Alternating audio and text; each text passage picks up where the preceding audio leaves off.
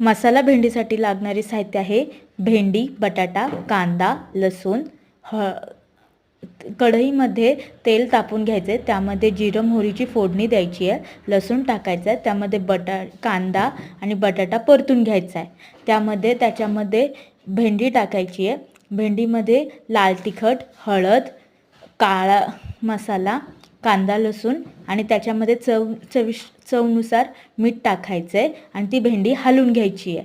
ती 7 ते 8 मिनटं त्याच्यावरती झाकण ठेवून ती वाफवून घ्यायची आहे। त्यानंतरून त्यामध्ये शेंगदाण्याचा कूट टाकायचा आहे, शेंगदाण्याचा कूट टाकून हलवून घ्यायचं आहे आणि परत एकदा ताटली ठेवून वाफ द्यायची आहे भेंडीला।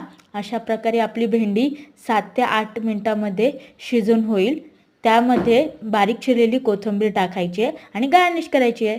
ही आहे आपली चवदार चटकदार मसाला बटाटा